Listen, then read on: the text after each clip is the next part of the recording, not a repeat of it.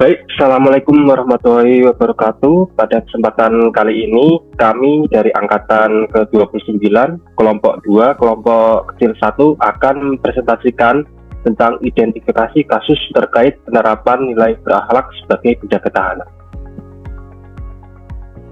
Adapun anggota kelompok dari kami berisikan yaitu nomor 1 Muhammad Gana Wirawanda, nomor 2 Sulastrisna Salma Dewinta, nomor 3 Bilqis Azahra, nomor 4 Ferry Andriansyah, dan nomor 5 Ganza Satria Putrawiri. Perlu diketahui rekan-rekan, nilai-nilai ASN berakhlak terdiri dari berorientasi pelayanan, akuntabel, kompeten, harmonis, loyal, adaptif, dan kolaboratif. Untuk itu selanjutnya akan dijelaskan oleh Saudari Bilqis. Baik, untuk yang selanjutnya yaitu berorientasi pelayanan. Untuk contoh kasusnya, petugas jaga memberikan informasi yang kurang jelas dan melayani keluarga warga binaan pemasyarakatan atau WBP dengan sikap kurang ramah saat jam kunjungan. Penyebabnya yang pertama yaitu kurangnya keramahan dan kesopanan, yang kedua beban kerja yang tinggi saat jam kunjungan, yang ketiga tidak adanya evaluasi kualitas pelayanan. Untuk alternatif solusinya, meningkatkan keramahan dan kesopanan, menerapkan standar pelayanan dan kunjungan, dan yang terakhir melakukan survei kepuasan pengunjung secara berkala.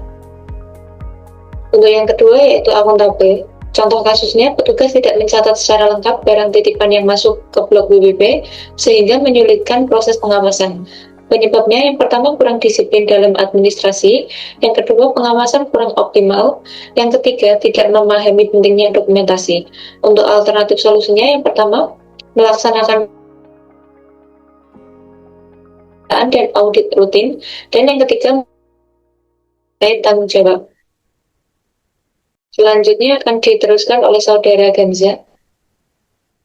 Untuk yang ketiga adalah kompeten. Kasus petugas mengalami kesulitan menangani konflik antar WBP karena kurang memahami teknik mediasi dan pengendalian situasi. Penyebab: 1. Kurangnya pelatihan teknis, 2. Minim pengalaman dalam penanganan konflik, 3. Tidak mengikuti pengembangan kompetensi secara berkala. Alternatif solusi yaitu mengikuti pelatihan manajemen konflik, melaksanakan simulasi penanganan gangguan keamanan, dan meningkatkan pembelajaran mandiri terkait tugas penjagaan. Yang keempat adalah harmonis. Contoh kasus adalah terjadinya perselisihan antar petugas jaga yang mengakibatkan komunikasi dan kerjasama dalam pelaksanaan tugas menjadi kurang efektif. Penyebab: perbedaan pendapat yang tidak diselesaikan dengan baik, kurangnya komunikasi antar pegawai, rendahnya sikap saling menghargai.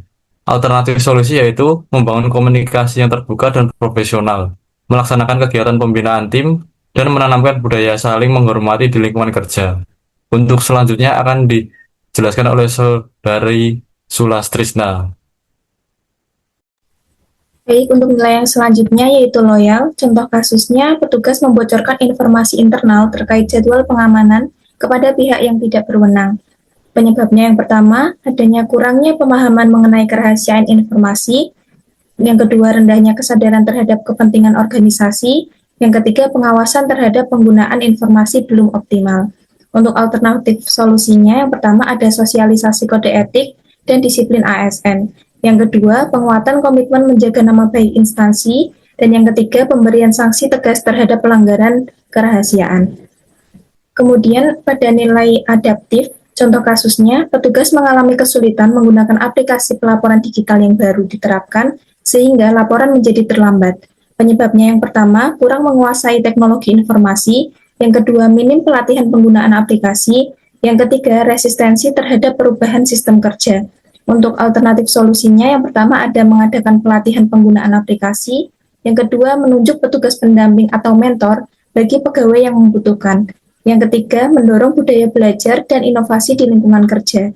Yang selanjutnya akan dilanjutkan oleh Saudara Gana. Baik, yang ketujuh ada kolaboratif.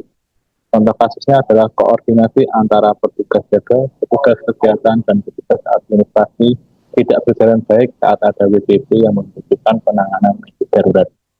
Penyebabnya adalah kurangnya komunikasi lintas fungsi, belum adanya mekanisme koordinasi yang jelas, serta rendahnya kesadaran pentingnya kerja sama tim. Untuk alternatif solusinya ada menyusun SOP koordinasi penanganan keadaan darurat, kemudian bisa melaksanakan briefing lintas bagian secara berkala dan meningkatkan kerjasama dan komunikasi antar unit. Baik, sekian presentasi dari kami. Kurang lebihnya kami mohon maaf. Terima kasih. Wassalamualaikum warahmatullahi wabarakatuh.